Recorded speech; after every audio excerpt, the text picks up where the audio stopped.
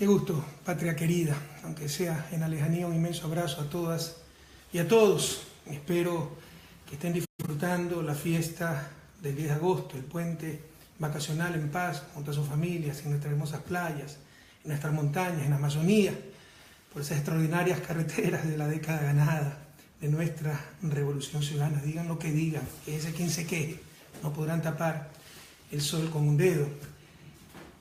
Yo esperaba, sinceramente, retirarme de la política, por eso vine a Bélgica, y retirarme definitivamente, lo dije en algunas ocasiones, pero por lo menos algunos años. Estaba cansado, creo que el país también estaba cansado. Mi familia fue la gran sacrificada, venir acá a tener un poco de paz, devolverle a mi familia 10 años, que estuve muy poco con ellos. Pensé que dejaba la patria en Puerto Seguro. Habíamos ganado la presidencia. Con el favor del pueblo ecuatoriano habíamos ganado la mayoría en la asamblea.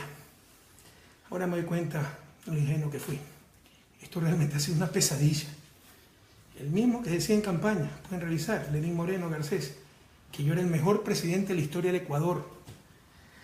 Aquellos que decían, Lenín Moreno en sus discursos, que sus nietos, sus descendientes, iban a escuchar que ellos trabajaron con Rafael Correa en una revolución que ya es leyenda. Los mismos que se despidieron de mí el 24 de mayo, llamándome nuestro eterno presidente. Ahora dicen que soy jefe de una mafia, que he dejado quebrado el país. Ahora resulta que todo ha estado mal. Han sido tan solo lobos disfrazados de corderos. Frente a esta avalancha impresionante de infamias, ya sin equilibrio, ya no hay enlaces sabatinos, ya no hay un gobierno que diga la verdad. Escuchamos del gobierno mentiras y la prensa refuerza y es cómplice en esas mentiras. Frente a la ausencia de prensa independiente, de quien diga la verdad. Voy a retomar, cuando sea necesario, no cada sábado, los enlaces ciudadanos, esta vez con ayuda de la tecnología, por Facebook, utilizando internet. La ventaja es que no está aquí el Mashi, así que no tenemos que aguantar sus chistes agrios. Insisto, esto será cuando sea necesario, se anunciará convenientemente, con anticipación. Serán enlaces que espero no duren más allá de una hora y es para dar información. Ojalá puedan tener lápiz, papel para apuntar. Y no va a ser cada sábado, sino cuando sea necesario para aclarar tantas mentiras. En primer lugar, quiero aclarar una mentira que la han rodado años. No encuentro el departamento, mi departamentito en Bélgica. ¿Se acuerdan que para cada elección sacaban la foto de una mansión, un castillo? La mansión de Correa en Bélgica. Vamos a ver la mansión del jefe de la mafia. Aquí está. Esta es la puerta, ¿la pueden ver? En la sala, es un sofá cama. El comedor, me voy un poquito para atrás para que vean todo. En un solo ambiente, sala, comedor, cocina.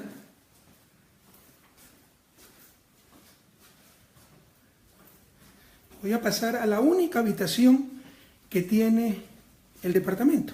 Habitación detrás de la cocina. Esta es la mansión. Aquí pues con recuerdo de mi patria, obviamente, como el sombrero de paja toquilla.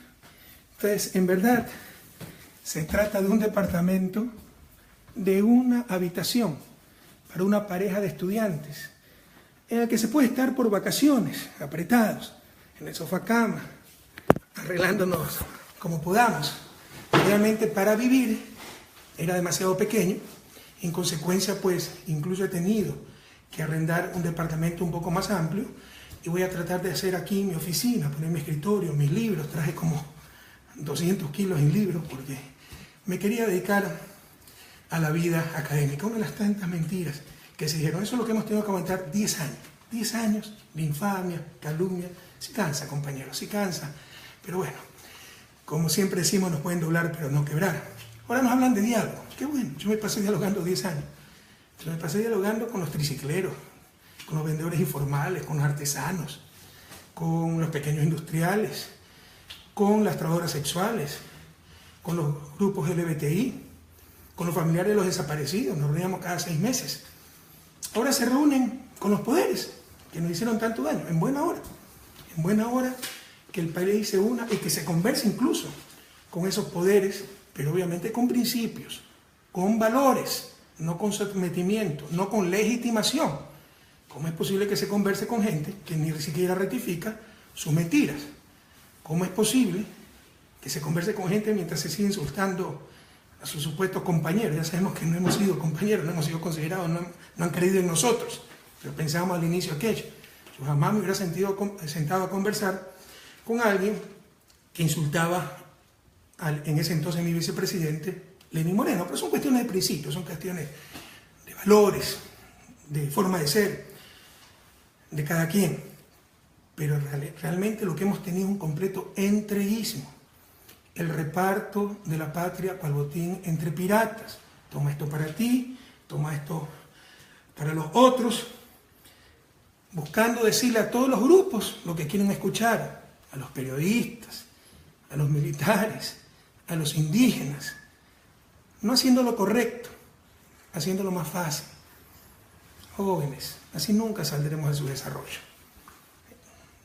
Vamos a ser como los ríos, totalmente curvos, que se desvían a cada instante antes de llegar al mar, porque buscan donde la tierra es más débil. No es que buscan llegar lo más pronto posible al objetivo, en nuestro caso el objetivo del desarrollo. Así no saldremos del subdesarrollo. Estamos ante un estilo de gobierno que se le dice a todos lo que quieren escuchar, no se hace lo correcto, se hace lo más fácil, se quiere contentar a todo el mundo. Y como siempre decimos, la fórmula del éxito no la conozco, pero del desastre es querer contentar a todo el mundo. Y lamentablemente, todo eso se puede aceptar, el juego democrático. No lo compartimos, creemos que es una forma mediocre de hacer política. Falta liderazgo, falta quien dé las grandes visiones nacionales. Pero el juego democrático, lo intolerable, es que para criticar a sus compañeros, a aquellos por los que están ahí, en esos puestos en estos momentos, los que arriesgamos hasta la vida por construir la patria nueva, se utilicen 2 armas muy bajas, terribles, utilizadas por la oposición con sus medios de comunicación. Es así prensa corrupta. La del país quebrado, ustedes saben que soy especialista en economía, y la de la corrupción. ¿Qué golpe más bajo?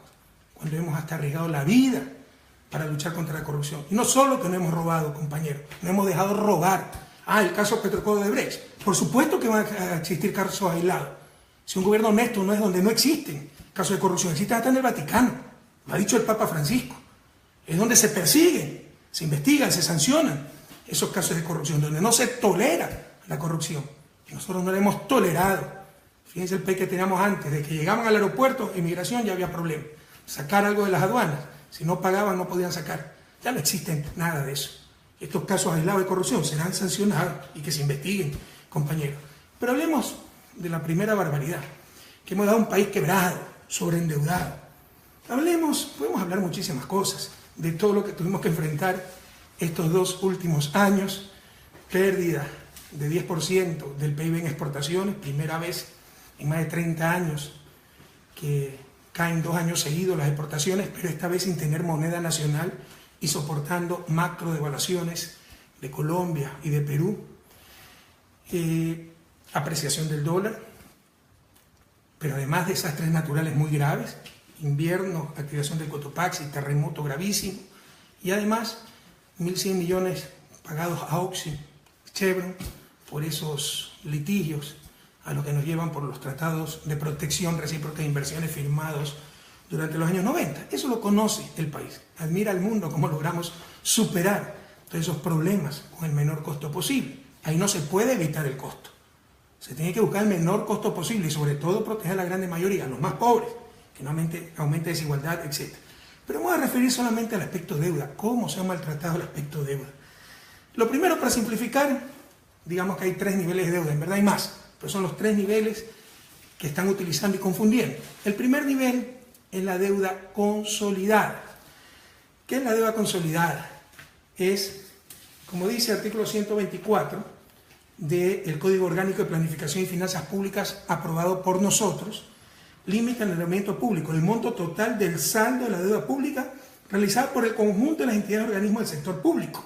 En ningún caso podrá sobrepasar el 40% del PIB. Señor Lasso, es ley, es Código de Planificación Financiera, no es Constitución. Usted quiso ser presidente de la República y supongo que todavía quiere. 2 veces ha sido candidato y ni siquiera sabe que esto no es principio constitucional, sino es ley que nosotros mismos aprobamos. El señor Lasso manifestaba, de acuerdo a la Constitución, no se puede pasar del 40%. Pero ¿qué nos dice? Es el conjunto de las organizaciones e instituciones del sector público. Queremos saber cuánto debe ese conjunto. Es como cuánto debe una familia. Sería un absurdo, para saber la capacidad de pago de esa familia, que yo contabilice cuánto le debe el papá a la mamá o el hijo a la mamá. Tenemos que contabilizar cuánto le debe el papá al vecino, la mamá al banco, el hijo al compañero. Es decir, lo externo a la familia. Eso se llama deuda consolidada. Y aquí no estamos inventando nada nuevo. Está en el Manual de Finanzas Públicas del Fondo Monetario Internacional. Pero a cierta gente le gusta el Fondo Monetario de acuerdo a sus conveniencias. Y está en el reglamento del Código Orgánico de Planificación. Cómo se mide, para fines legales, ¿no?, el nivel de endeudamiento con la deuda consolidada. Es decir, se netea la deuda al interior del sector público. Pregunten a la Comisión de Presupuesto, ya se mandó el presupuesto para este año. Y ahí ponen como deuda la deuda consolidada.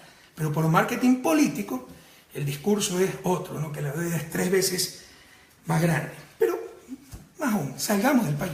Vayan a The Economist, la revista más importante de economía, y que no nos quiere mucho, nos vive criticando. Vayan a su página de deuda. Esto lo voy a subir más tarde en mi Facebook. HTTP es la página más importante que conozco, más completa, más didáctica. http://www.economist.com/global-debt/clock. Se los voy a subir, insisto, a mi Facebook. Y ahí verán pues las mismas cifras. Y verán cómo en los 10 años de Revolución Ciudadana ellos clasifican a los países de verde, los que tienen bajo endeudamiento, hasta rojo intenso, los que tienen mucho endeudamiento.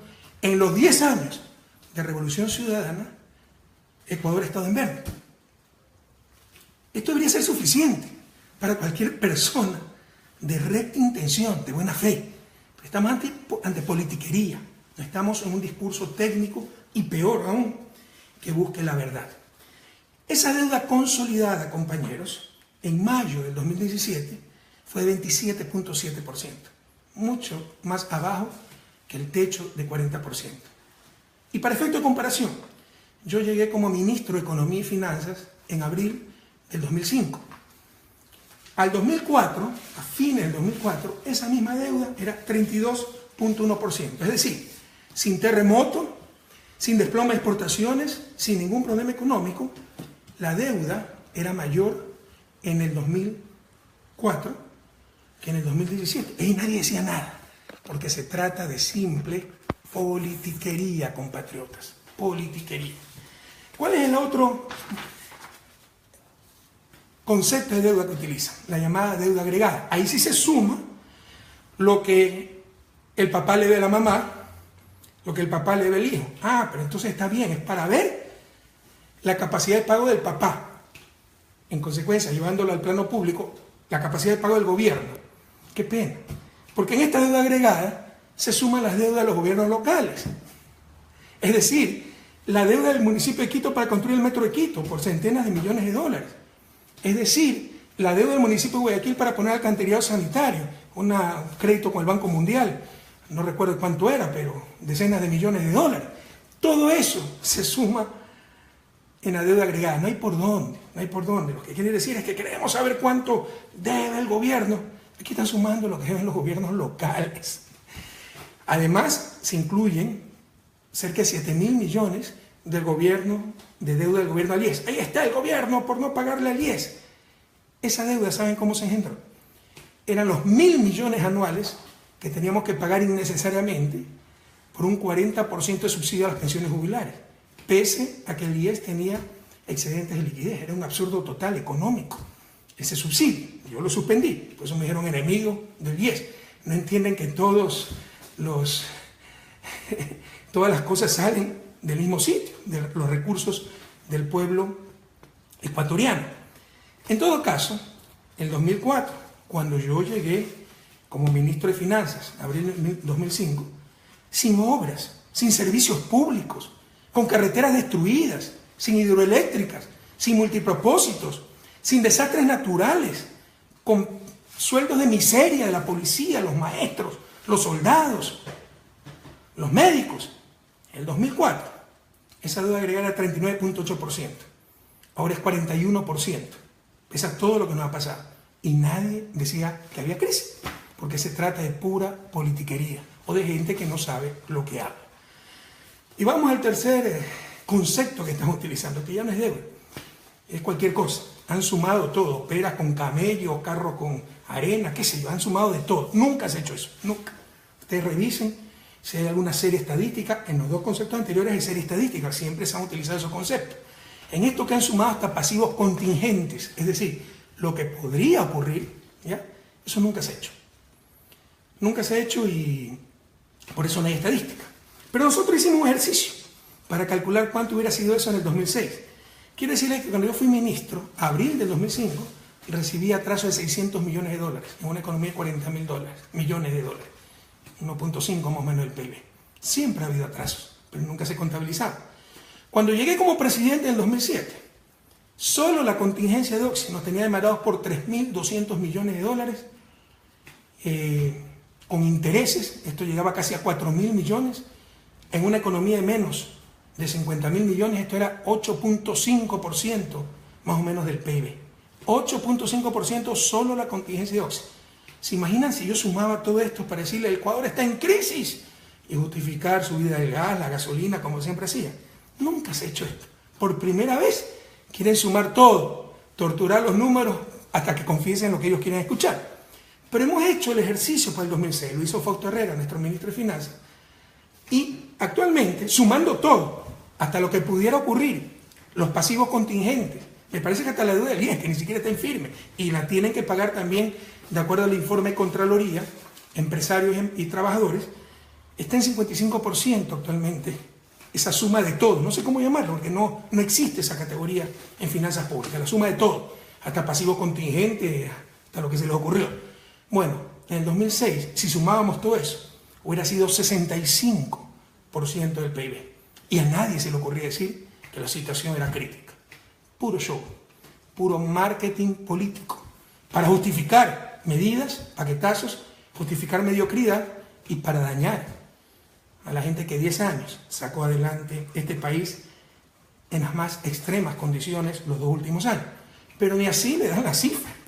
Ustedes vengan a Europa y hablen de un total de deuda PIB del 55%, y con todo respeto se les mata de la risa, porque aquí estamos en Bélgica, ¿no? Tiene 105% de deuda pública PIB. Medida de la otra forma, no de esta forma. Holanda, Alemania tienen más del 60%, ni así le dan las cifras. Y nos ponen una serie de trampas, la trampa de valores absolutos. La deuda se triplicó y comparan en valores absolutos la deuda de una economía de 40.000 millones con una economía de más de 100.000 millones. Con el gobierno de Revolución Ciudadana, la economía más que se duplicó en tamaño. Jóvenes, más que se duplicó en tamaño. Es un absurdo económico comparar en valores absolutos cuando la economía tiene una realidad totalmente distinta. Es como que yo diga, antes debía 100, cuando ganaba 500, ahora estoy fregado, gano 200, debo 200, pero antes debía 100 cuando ganaba 500. Ahora estoy fregado, debo el doble, 200, pero gano 2.000, 4 veces más. Por supuesto que estoy mejor. En el primer caso, $100 de $500 es 20%. En el segundo caso, $200 de $2.000 es el 10%. Eso es lo obvio. Por eso se mide en relación al tamaño de la economía. En mi ejemplo, en relación al tamaño del ingreso. Pero midiendo en valores absolutos, esa persona, en mi ejemplo, duplicó su deuda. Son absurdos que no hace ni un joven de primer año de economía. ¿Qué dice el equipo económico ante tanto disparate? ¿Qué dice la academia? ¿Dónde está la universidad? ¿Dónde están los departamentos de economía serios? No esos ideológicos que lo que hacen es religión más que ciencia. Además, compañeros, se conocían las cifras. Todo se le dio al nuevo equipo. Por primera vez en la historia se hizo un proceso de transición y nos sacan como gran descubrimiento el sumar peras y camellos. Pero no solo aquello. ¿Cómo no van a conocer las cifras si está el mismo equipo económico? El mismo equipo económico. Cambió el ministro. El nuevo ministro era asesor del Banco Central. El resto es prácticamente el mismo equipo. ¿Cómo no van a conocer las cifras? Pero nos las presentaron como un descubrimiento para decirle que no había mesa servida y que la situación era crítica. Puro show político para justificar probablemente paquetazo, ya veremos más adelante, o mediocridad, compañeros. Y ahora, ¿con qué ingratitud? ¿Con qué deslealtad llaman a esto el gasto irresponsable? Gasto irresponsable. La misión Manuel Espejo, para la que di 90 millones de dólares, fue gasto irresponsable. La delegación de Lenín Moreno en Ginebra durante 4 años, representando a los discapacitados, fue gasto irresponsable, que nos digan, pero seriamente, sin tonterías. ¿Dónde está ese gasto irresponsable? Irresponsable. Era no hacer hidroeléctricas, pues, por lo cual perdíamos miles de millones anuales. Irresponsable era no hacer multipropósitos. Y nuestros campesinos perdían sus cosechas, centenas de millones, que no se registraban en ningún lado. Era tan solo arruinar la vida de la gente. Irresponsable era no tener carreteras, no tener escuelas decentes, no tener subcentros de salud, no tener hospitales. No me hablen de responsabilidad. Responsables fueron los que nunca hicieron nada por este país. ¿Cuál es la verdad, queridos jóvenes, compatriotas? ¿Cuál es la verdad? No saben cómo financiar sus demagógicas ofertas de campaña. No saben cómo financiar sus demagógicas ofertas de campaña. Una de ellas, 325.000 casas. Y dicen que 60% van a ser totalmente gratis. Porque por último uno podría pensar que las venden, recuperan el dinero y vuelven a trabajar con ese dinero. En realidad eso es imposible, porque una casa se paga en el largo plazo. Necesitan un flujo muy grande. Pero además han dicho que el 60% de esas casas serán gratis. Volvimos a la política del mercadillo, del mercado, de la ganga, de las ofertas a diestra y siniestra, sin responsabilidad, sin decir cómo se van a financiar esas ofertas de campaña.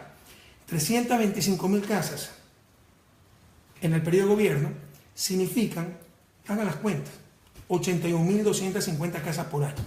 81.250 casas por año. Es decir, 223 casas diarias. ¿Saben cuántas casas deberían tener hechas? Y si quieren ser más exquisitos, casi 10 casas por hora. Pero más allá de eso, asumiendo que esas casas para clases populares, ¿no? Vivienda social se llama, cuesten $15.000, que no cuestan, cuestan por lo menos 20.000. La construcción, el terreno con servicios, a no ser que quieran poner casas en terrenos sin servicio, lo cual sería una irresponsabilidad. Pero asumiendo piadosamente que cuesten $15.000 por año para construir 81.250 viviendas, van a necesitar $1.218,75 millones de dólares. $1.218,75 millones de dólares por año, solo para las viviendas, sin contar la demagógica oferta de duplicación de los bonos. ¿De dónde van a sacar esa plata? Como saben que no la van a poder sacar, como saben que en el presupuesto no han incluido las viviendas ni la duplicación del bono, ya está la proforma presupuestaria. Pregúntenle al presidente de la comisión si han incluido las ofertas de campaña. No están, porque no tenían financiamiento. Ahora tratan de justificar su demagogia, diciendo que entonces que todo estaba mal y por eso no van a poder cumplir las ofertas, o justificando para darnos un paquetazo y ahí tratar de hacer algunas casas. No nos dejemos engañar, esa es la verdad. Han hecho ofertas absolutamente demagógicas sin financiamiento. Y ahora nos dicen que la van a financiar con la venta del avión presidencial. Qué insulto a nuestra inteligencia. Y qué incomprensión del mundo moderno. No entender que un avión ejecutivo, en este caso para 13 pasajeros, es un instrumento de trabajo.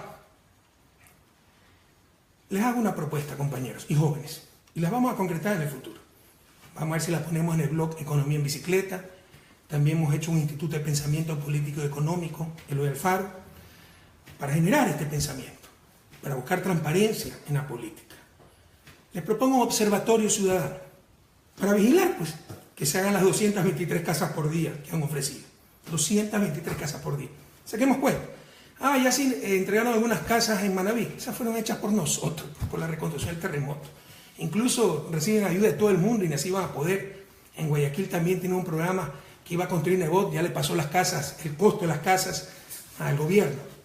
Pero ni aún así van a poder cumplir con esto. Dijeron que lo iban a financiar vendiendo los bienes inmobiliarios, que iban a obtener 307 millones. Ya se vendieron los bienes inmobiliarios. Sacamos unos 80 millones, el resto de bienes no eran comerciales. No sé si van a obtener más bienes de alguna empresa pública privatizando. En todo caso, saquemos cuenta. Vamos, cada día viendo cuánto venden.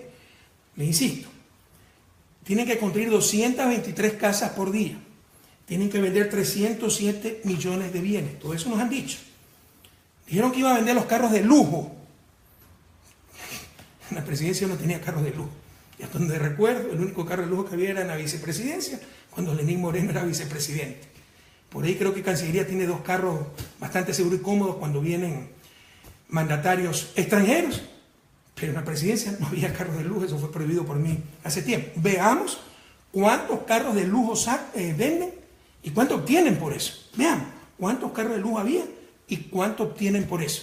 Es puro show. No están resolviendo los problemas. No están engañando. Están haciendo un espectáculo, marketing político y del más bajo nivel. Y otra propuesta, compañeros. Primero, observatorio ciudadano. Les insisto, observar 223 casas por día. Perdónenme, cafecito, pese a que ofrecí dejarles el café. El café latinoamericano, además. 223 casas por día. Segundo, 307 millones en bienes de inmobiliaria. Tercero, venta de carros de lujo. Veamos cuántos eran y cuántos se obtienen. Y si con eso se va a financiar las 81.250 viviendas por año. Pero también otra propuesta. Ya hay iniciativas de este a nivel mundial. Por ejemplo, en Estados Unidos. Es el fact-checking. Revisión de los hechos, de los datos. Porque hay que elevar el nivel de política. La mentira también es una forma de corrupción, es de deshonestidad. Y se miente, se dice cualquier barbaridad en Ecuador. Por ejemplo, ¿no?, que la deuda es 55% del PIB, sumando, insisto, camello más pera, más computadora, qué sé yo, ¿no? Entonces, hagamos, verifiquemos los datos. Un ejemplo concreto, deuda. También le vamos a mandar en los próximos días el sitio donde vamos a hacer este fact-checking. Comprobación de hecho.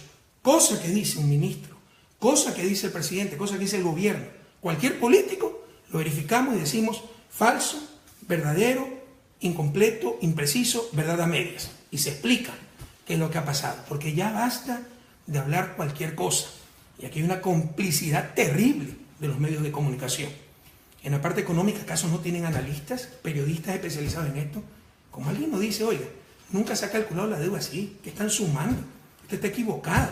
Nunca se dice aquello, nunca se hace aquello. Y la demagogia también es corrupción. La demagogia también es corrupción, compañeros. Es el país del pasado. La traición no es solo a mí, es a todo un pueblo. La demagogia es corrupción. Y ya que hablamos de corrupción, entremos al segundo punto. Primer punto con el que quisieron atacarnos de forma muy desleal, tergiversando cifras. Y qué pena que ahí esté el mismo equipo económico. Por favor, qué ética profesional manejan. Si callan ante las barbaridades que se están diciendo, ustedes saben que se están mintiendo. ¿Cómo pueden seguir ahí si saben que se está mintiendo? El primer golpe bajo fue decirle a la oposición y a la prensa lo que querían escuchar. Y para la prensa corrupta, falta de profesionalismo, transparentar las cifras es que le digan lo que querían escuchar. Las cifras son mentirosas, ya lo hemos demostrado. Y cualquier duda, les repito, para que nadie se me olvide, vayan a la página de Economics, la página tal vez más importante del mundo, se las voy a poner porque aquí se ve al revés, se los voy a poner la dirección en mi página Facebook, http://www.economist.com/content/global-debt, deuda en inglés, _clock, reloj, ¿no? Y vean cómo el color siempre está en verde, y tienen el comparativo a nivel mundial. Y es un software muy bonito, y pueden poner la deuda de Ecuador total, per cápita, la deuda de Estados Unidos, la deuda de España, y comparar qué país tiene menos deuda. No hay dónde perderse. Pero el segundo golpe bajo, estamos defendiendo a los traidores que nos engañaron, traicionaron a su patria, a la revolución, con hechos de corrupción. Se dejaron vencer por la adoración al dinero. Hemos sido los primeros indignados. Pedimos disculpas al país por eso. Pero somos responsables. Yo creo que soy responsable políticamente. Pero la responsabilidad política, para ser sancionada, es que si retrocedimos en los controles, y por eso ocurrieron las cosas. O hemos mejorado muchísimo los controles, pero suceden las cosas que suceden, como el caso de Brecha, en 12 países, no solo en Ecuador, que sucede en el Vaticano. Entonces, pero nos quieren hacer hasta culpables, cómplices de esos casos de corrupción con una bajeza impresionante. Yo les puedo decir, con la frente en alto, con la mirada clara, que no hay gobierno que haya luchado más contra la corrupción que mi gobierno. Ha habido 2 casos de corrupción, pero si eso nadie ha garantizado. Mañana puede haber un caso de corrupción en este gobierno, todo el gobierno es corrupto. Mañana hay un cura pedófilo, todos los curas son corruptos. La conferencia episcopal es dañada. Por el amor de Dios, ¿cómo podemos tratar con tanta ligereza estas cosas? Pero recuerden ustedes, ya no existe esa corrupción generalizada, institucionalizada, evidente, descarada, tolerada. Por ejemplo, registro civil, Telefónica, perdían centenas de millones de dólares, ahora nos dan centenas de millones de dólares. Aduanas, migración, policía, sistema judicial, sistema de compras públicas que no existía. Hoy tenemos el sistema más moderno de América Latina. No significa que es infalible, pero es el mejor de América Latina. Hemos mejorado muchísimo. Ahora los pequeños empresarios pueden venderle al Estado, y algunas, con su silencio, caen a complicidad, compañeros. ¿Dónde están esos pequeños empresarios para decir claramente, yo ya puedo participar de concursos, yo nunca he dado una coima, ha ganado el mejor? Ustedes saben que es cierto lo que digo, pero algunas veces el silencio de los buenos es tal vez más grave que las calumnias de los malos, compañeros. Hay que decir las cosas, hay que dar testimonio. También estaba la corrupción en cuanto a la evasión de impuestos.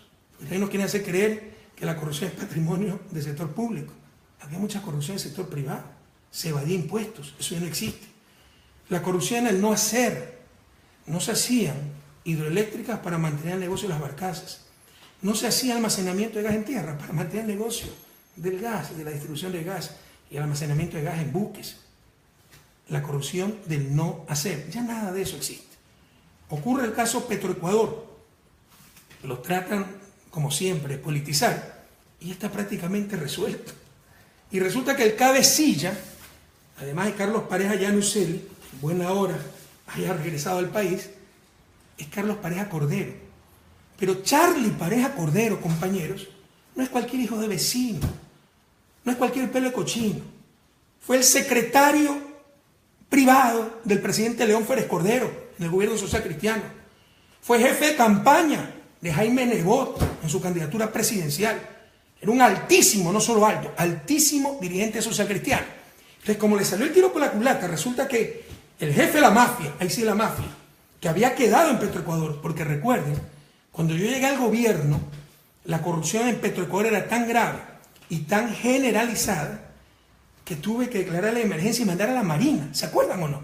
Tuve que mandar a la Armada Nacional para que transparentar, arreglar Petroecuador, porque estaba secuestrada por la corrupción, la desorganización, la ineficiencia.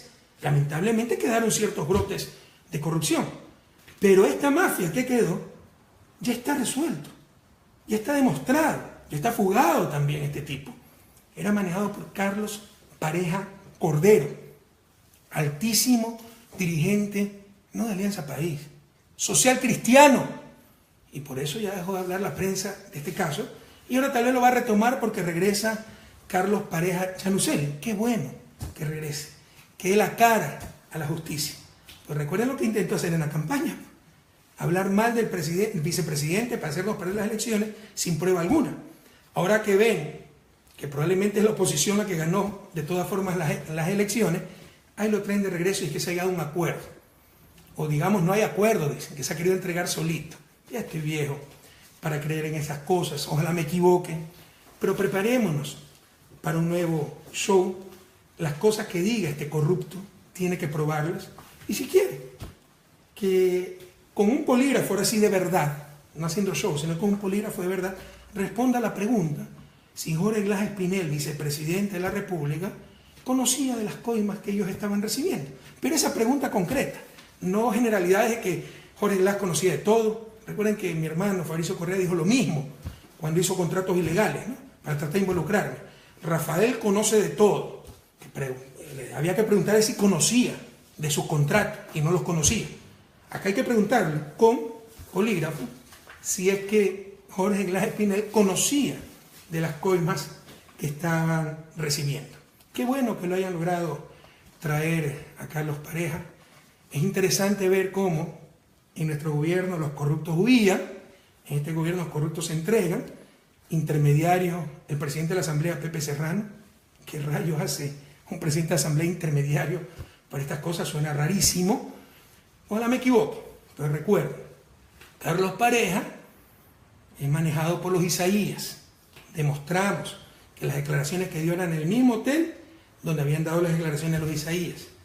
Los Isaías manejan a Bucarán. Bucarán es aliado del gobierno, porque se hizo un pacto para entregarle las eléctricas. Viajó el 5 de mayo Pepe Serrano, presidente de la Asamblea actual, y Eduardo Manga, secretario de la presidencia actual, a Panamá a pactar con Bucarán. Y, las casualidades de la vida, ahora regresa Carlos Pareja Yanuseli. En buena hora que responda ante la justicia por todas sus fechorías, por todas sus traiciones. Yo reconozco mis limitaciones, yo no soy bueno para negociar con corruptos.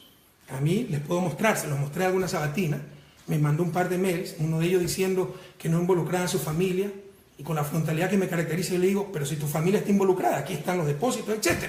¿Ya? Entonces ahí se destapó contra nosotros. Tenemos que estar muy atentos si no hay un acuerdo entre bastidores a espaldas del pueblo ecuatoriano, y ojalá me equivoque, pero creo que debemos estar preparados para un nuevo show. Y diga lo que diga, un corrupto tiene que probarlo, compañero. Yo creo que viene es como peón en un tablero de ajedrez para hacer politiquería. Insisto, temo que están montando otro gran tongo, y particularmente contra el vicepresidente, al cual por todos los medios, es increíble la persecución al vicepresidente, por todos los medios lo quieren destituir, porque uno de los escollos que tiene, tal vez el más importante, en sus planes. Que muestren no lo que dicen los corruptos de Petrogol de Odebrecht, porque este señor Santos Odebrecht es el capaya de ese caso. También un corrupto que echa lodo con ventilador. Que muestren, pero con pruebas, si Jorge Glass recibió 20 centavos. Si no, a defender a nuestro vicepresidente con todo el alma. Se está queriendo triturar a un hombre honesto, compañero, a un hombre inocente. Y a mí no me importa mi carrera política y tonterías así. Me importan mis principios. Y siempre defenderé a un hombre bueno, a un hombre inocente. Y si las piedras tienen que gritar, que griten. No podemos callar ante tanta injusticia. No se puede caer tan bajo en política que por aniquilar al adversario, lo digo deshonesto, corrupto, le daño su honra, su reputación, perjudico a su familia. No podemos aceptar esa clase de cosas. Que digan lo que quieran los corruptos, pero tendrán que probarlo. Y ojalá que, no sé si ya regresó Pepe Serrano en Miami, para ver si trae a Pedro Delgado y los Isaías también, ya que anda tan agencioso. El otro caso de corrupción, caso Odebrecht, ¿cómo se politizó también eso? Nunca dijeron que nosotros lo habíamos empezado a investigar, que en base a pruebas débiles, rumores, evidencia suelta, hicimos lo posible para detectar cuentas, detectar casas, oficinas. Había que esperar hasta el 1 de junio, que era el día en que la Fiscalía de Brasil daba a conocer las delaciones de los corruptos de Odebrecht, que se podía actuar. Pero es una ingenuidad pensar que el fiscal de la Nación fue a Brasil el 1 de junio y ese mismo rato se hicieron allanamientos para 5 o 6 personas en casi 20 localidades, ¿no? Oficinas, casas, todo eso estaba listo. Eso no se hizo en una semana, fue trabajo de varias semanas, compañeros. Ocurrió en 12 países este caso, pero solo aquí llamaron hasta la ONU. ¿Se acuerdan que llamaron a la ONU? Puro show, ¿dónde está esa comisión de la ONU? Pero era para diferenciarse y hacernos quedar como corruptos a todos. No hay derecho, compañero. Una puñalada en la espalda. Para aquellos que, insisto, no hemos robado ni hemos dejado robar. Hicieron un frente anticorrupción. La situación era tan grave que hacer un frente anticorrupción. Y el problema era la democracia sin controles, que nos lleva al autoritarismo y la corrupción. Es decir, democracia sin controles también hay en los otros 11 países. Ya basta. A no hacer politiquería con la lucha contra la corrupción, compatriotas. Lo que nos hablan de falta de controles. ¿Me pueden decir cómo se controla una coima en una cuenta secreta en un paraíso fiscal? Ya hemos dado el primer paso nosotros, sí, serio. Aprobando la consulta popular para prohibir a los servidores públicos operaciones en paraísos fiscales. Pero ¿cómo ustedes evitan una coima en una cuenta secreta en un paraíso fiscal? ¿Qué clase de controles necesitan? ¿Un parapsicólogo? Basta, se dice falta de controles, que nos digan que falta de control. No, es que hubo contratos a dedo, pero si también ha habido irregularidades en contratos por concursos, y concursos vigilados, por ejemplo, por el Banco de Desarrollo del Brasil, que era el que financiaba. Y lo que hacía Odebrecht era sobornar a un funcionario a nivel medio para que ponga 20 años de experiencia como requisito y solo lo tenía Odebrecht. Y como los otros iban a reclamar, lo que hacía era darle plata a los otros. Corrupción entre privados, corrupción privada también. Entonces no es cierto que es porque se han dado los contratos a dedo. Ha habido coimas en contratos a dedo, pero también en contratos con concursos. No nos engañemos, compañeros. Y estas cosas pueden pasar, más aún con el nivel de inversión que nosotros hemos tenido. Pero lo importante es que si se detectan, hay que sancionarlas con todo el rigor. Es lo mismo, es la misma táctica, ¿no? En el caso de Brecht, o sea, ocurrió en 12 países, pero aquí es donde todo ha sido corrupto, donde el problema es que no ha habido democracia, o no ha habido controles, ha habido autoritarismo, corrupción. Es lo mismo que la recesión que sufrimos. Fue una recesión en toda América Latina. Lean, por favor. En toda América Latina, ¿no? Y me salió un mensajito aquí, es el problema de la tecnología. Pero es aquí que es fruto de las malas políticas económicas. Y así se burlan de nuestra buena fe, se burlan de nosotros. Puro show, haciendo la lucha contra la corrupción un instrumento de politiquería. Pedimos disculpas, le insisto, al pueblo ecuatoriano por estos casos, donde no se tiene que generalizar, pero se tiene que investigar absolutamente todo. Caso que ha estado pasando al menos en 1987, con el trasvase Chongón-San Vicente, gobierno social cristiano. Salió una lista previa, ya de eso no habla la prensa. Pero si algo demuestra el caso Odebrecht, es hasta dónde puede llegar una empresa privada corrupta y corruptora. No nos engañemos, no puede haber corrupción en el sector público sin corrupción en el sector privado. Y tratan en todo esto de involucrar al vicepresidente, ese es su objetivo. Nos dicen que es el más grande caso de corrupción de la historia. No lo sé, lo dudo. Pero sin duda es una de las más grandes infamias de la historia. Odebrecht es un tipo inocente, honrado, heroico, todo lo que ha tenido que aguantar. Y honrado de verdad. No solo que no roba, no deja robar, por eso lo odiaban tanto, entre ellos Odebrecht, a quien expulsó de su oficina. Pero se está utilizando también este caso políticamente. Sepan ustedes, también no conocen esto. Nosotros investigamos. Yo vi los audios, o escuché los audios, vi el video. Era evidente cómo trataban de involucrar al vicepresidente. Sepan ustedes que las delaciones se hicieron a principios del 2016. Después, me parece que en junio o julio, regresa este delator, Santos, me parece que es Santos, el corrupto, que trabajaba aquí, para grabar al contralor, al tío vicepresidente, al propio vicepresidente, y en todas esas grabaciones trata de involucrarlo sin jamás lograr su objetivo.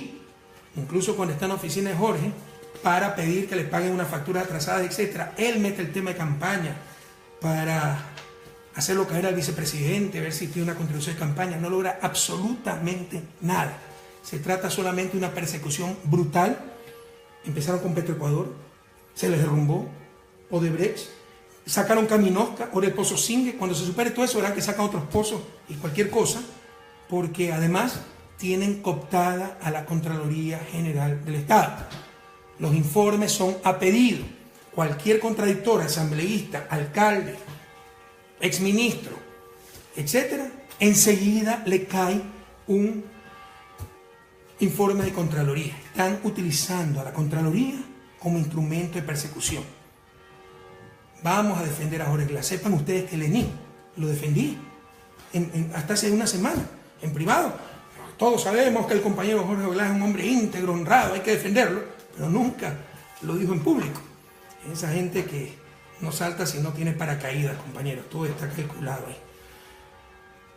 Y estamos viviendo una descomposición de la República. Se han apoderado de la Contraloría. Verán cómo quieren evitar el concurso para el nuevo Contralor, haciéndole juicio político al Consejo de Participación, que es el que tiene que organizar el concurso, etc. Asambleístas críticos le ha caído auditorías. La auditoría de la deuda, que ya fue auditada hasta el 2015, pero habló el presidente de deuda, atacarnos con la deuda y Contraloría. Vamos a hacer una nueva auditoría de la deuda. Las auditorías al propio vicepresidente, no saben qué más sacar, son a pedido las auditorías, a pedido en función de intereses políticos. Y se trata también de deslegitimar al Estado, ¿verdad? La sociedad civil, los buenos luchando contra el Estado, el malo, el corrupto. Compañeros, el Estado es la representación de la sociedad. Quienes conforman el Estado son representantes, miembros de la sociedad, no nos engañemos. La corrupción es una pandemia que la hemos enfrentado, la hemos derrotado en gran medida. No se la ha podido desterrar, como en ninguna parte del mundo. Pero no nos engañemos. Todos debemos luchar contra la corrupción. Y la corrupción también está en el sector privado. No es sociedad civil versus Estado corrupto. Son trampas para deslegitimar lo político, deslegitimar al Estado.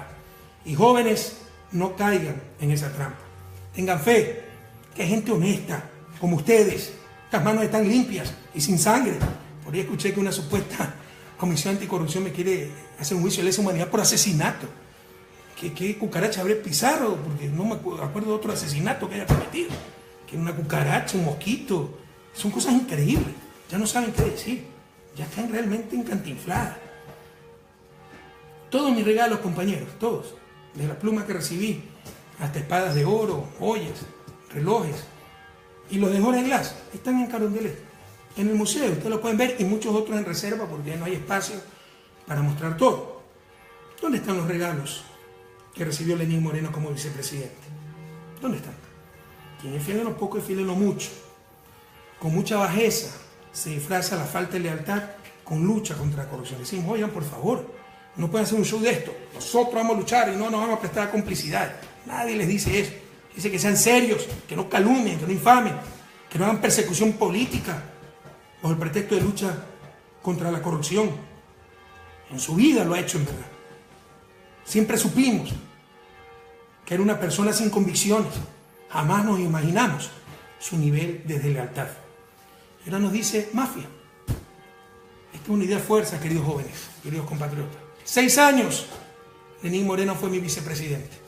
Y 4 años estuvo como delegado en Ginebra. Nos reunimos varias veces aquí y allá. Entonces, o es cómplice de la mafia, de las gravísimas irregularidades que había por todos lados, o sencillamente miente.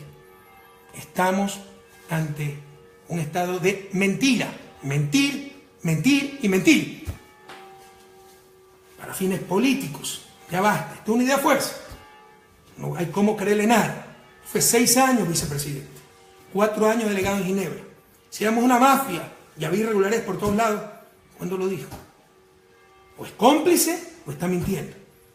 Las mafias están ahora, como el pacto vergonzoso, corrupto con los Bucarán, entregándole las eléctricas, como el pacto con los socialcristianos, donde se le levanta la prisión a un empresario, Leonardo Borer, en buena hora por él. Yo creo que va a ser el último recurso a la prisión. En buena hora por su familia. Pero qué casualidad que solo le levanten la prisión a él, vinculado en el caso Petroecuador. Ese es el acuerdo con los socialcristianos. No nos engañemos. Así se está vendiendo la patria. El escándalo de miles de millones en lavado de dinero de un banco. Ahí sí se hizo el allanamiento en forma confidencial, absoluto secreto, sin fotos, sin prensa. En lo demás sí show, ahí nada. Pero resulta que el dueño del banco era el que le prestaba el avión para la campaña, a Lenín Moreno. ¿Qué va a decir ahora? Por eso es cómplice entonces lo que ha pasado. Es el avión en que fueron a Panamá, pues, a pactar con Abdalá Bucaram.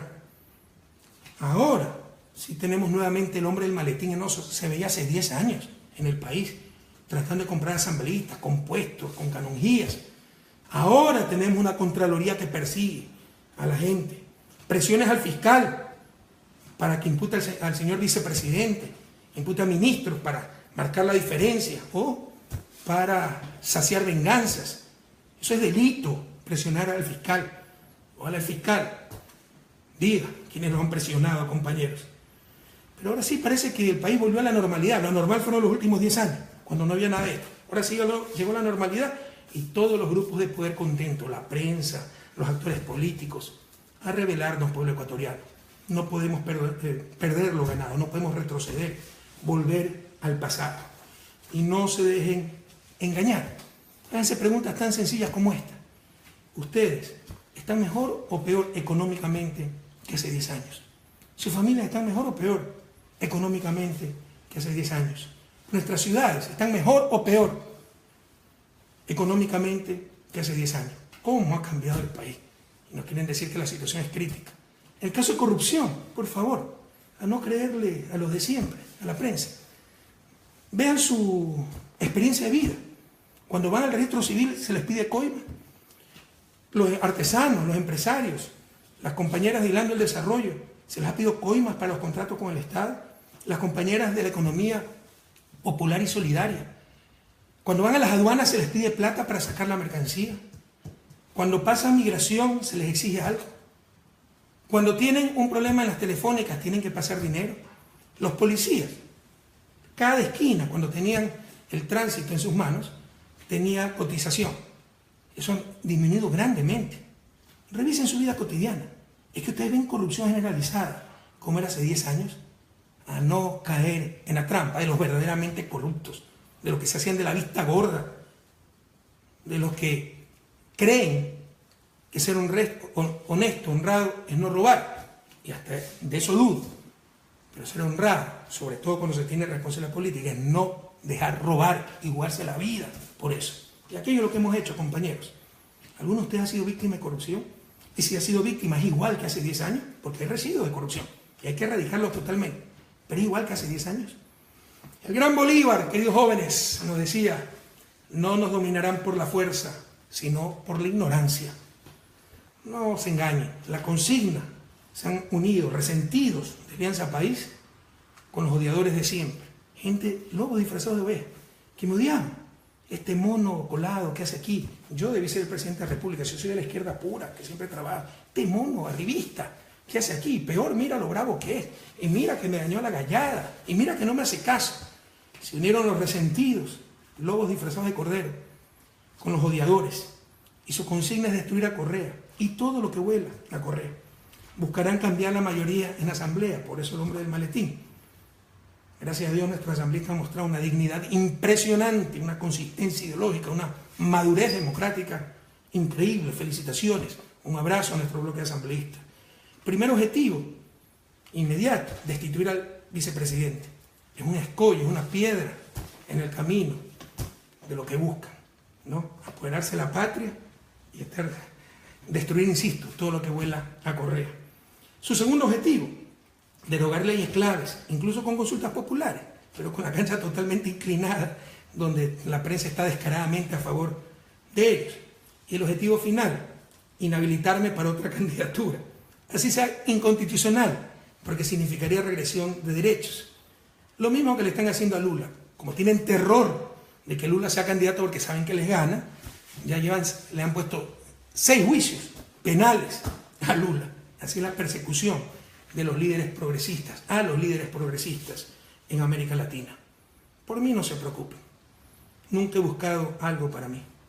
De hecho, insisto, yo quería retirarme totalmente de la política. Que vengan nuevos cuadros. Confié totalmente en Lenín Moreno. Por mí no se preocupen, pero a proteger la revolución. No se engañen, la revolución se detuvo el 24 de mayo. Tenemos que ir a la resistencia. ¿Cómo hemos retrocedido en estos 2 meses? Ahora tenemos una crisis política, pelea entre presidente y vicepresidente, cosas que no veíamos hace 10 años, que creíamos ya superadas, que tanto daño le hicieron al país. Hemos vuelto a ver los pactos con la partidocracia, la corrupción institucionalizada, tolerada. No se le da una empresa importantísima a las mayores mafias políticas para que ganen en eficiencia, para servir mejor a la ciudadanía. Todos sabemos para qué se entregan esas empresas. Ha vuelto la corrupción institucionalizada, la persecución del organismo de control, la demagogia, que también es corrupción, las mentiras por doquier. Compatriotas, no nos pudieron vencer en las urnas.